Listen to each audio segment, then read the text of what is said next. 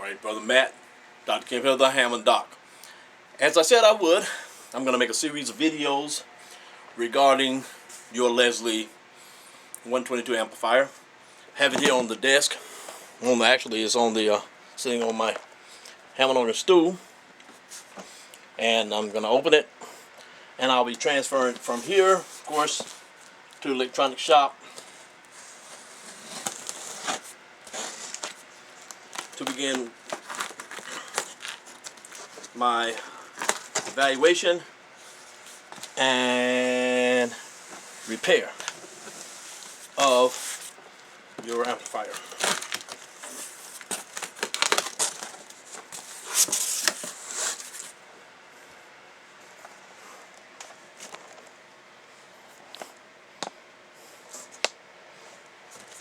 As I said, I wanted to open it here on video and camera for you, so you can see that it arrived as you packaged it.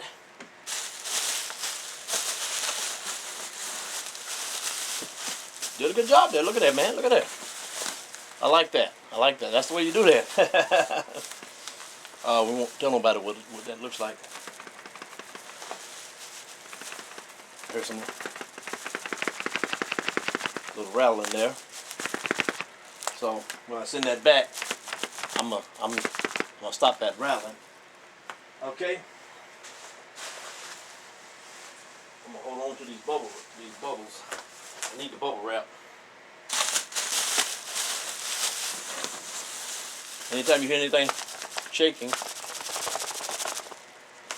gonna stop that. All right.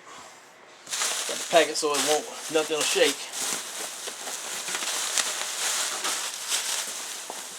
Man, I tell you what, you did a good job packing this thing. Really good job. Keeping it safe.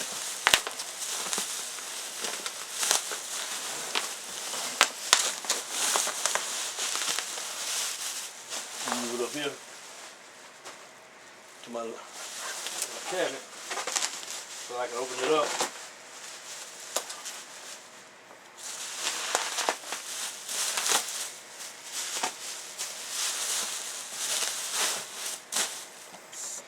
I'll send it back in the box that you sent it in.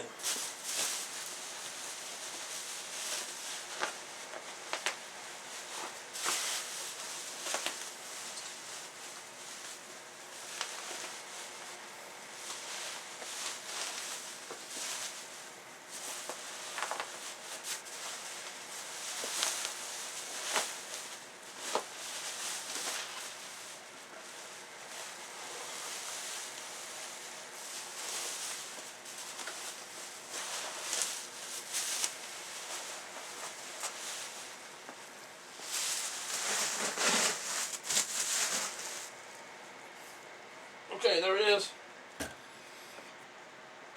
Okay. There's your amplifier, Brother Matt.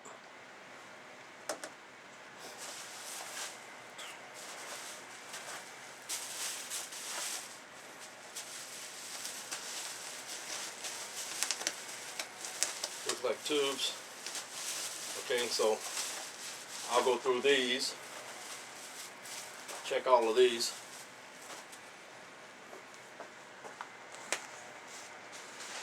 Put these close to my tube station, and I'll come back and deal with that later.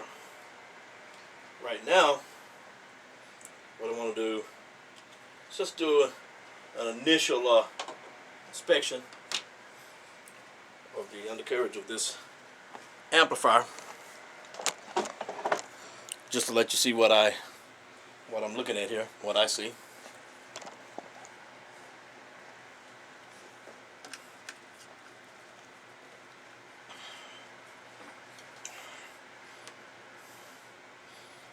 Right.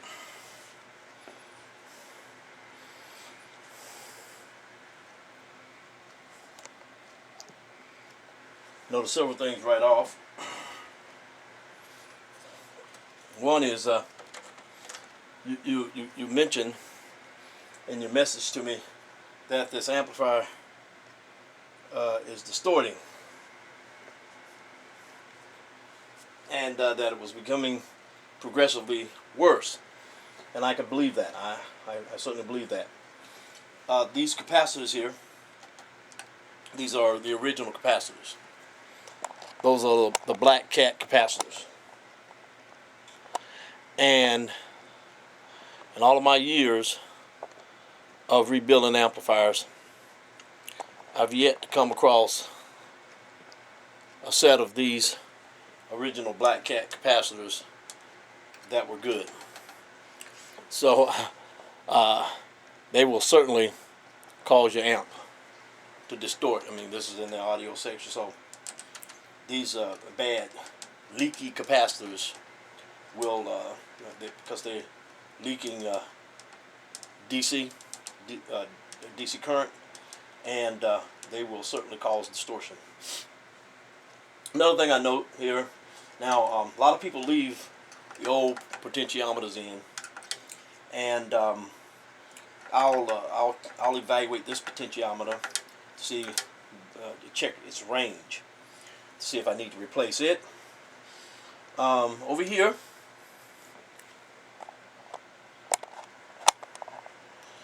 I see the original cathode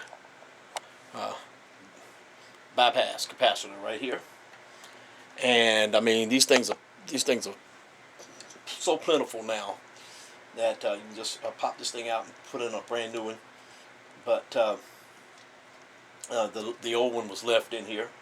That can certainly, these old ones can cause problems. But I'll test it for leakage on my capacitor analyzer, my Syncor, and then I noticed that you have original resistors in here. Doesn't look like any of the resistors have been replaced. So certainly bad resistors can lead to cause distortion as well. So I'll be testing all of these resistors to determine if any of them or which ones of them are bad and need to be replaced, and I'll replace those. This pigtail system here, I'll take a look at it closely, make sure it's tightly soldered. Looks like it's been professionally done, and I like how they covered the lead, so it looks like a professional did this job. So after I do all this other part and change these things that need to be, these components that need to be changed, then I'll test it to see if see what it sounds like, and determine whether this is okay or not. But I'm not going to bother this right now. Initially, I'm not. Now here, you got these old Cornell Dublier pop suppression capacitors that have been left in, these. And at this age, these things, 1960 vintage, they're probably leaky. A lot of times I've noticed that with these green Cornell Dublier capacitors, they can test good on a multimeter. Here I am right here.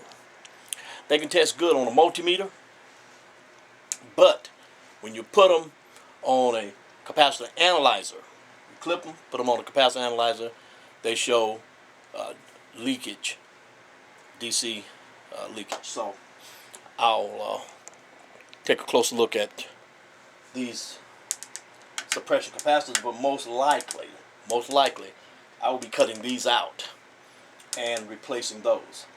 So parts that I can see that I will most likely be replacing will be these suppression caps. Definitely these black caps. They're gone. They're gone. This cathode bypass capacitor, I'll put a new one in there. I'll test this or evaluate this pot, check the range, see if I need to replace it. Of course, test all of the resistors, see which ones need to be replaced. And I see this looks like a new new relay, or mechanical relay that has been installed in here. Okay, somebody put a new 10K 10-watt resistor here. That's a new replacement there as well. Okay. Of course, I'll check the other components.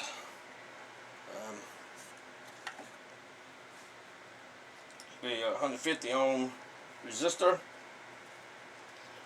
right here. I'll test it as well and see what it looks like. But what I'll do is you told me that the amp was playing, so I'm gonna make a video. Before I do anything, I'll make a video of this amp as it is, and I'll play it and listen for the distortion, and that'll give us a pre sound check. And then I'll come back and I'll do my repairs on the amplifier, and we'll be able to do our voltage check on the amplifier, and then do our sound check on it once it's been repaired. Okay, so that's it, Brother Matt, and thank you so much for allowing us here at Vintage B3 Organ to service your Leslie 122 amplifier, and I look forward to the project. All right, to the next video. Peace out.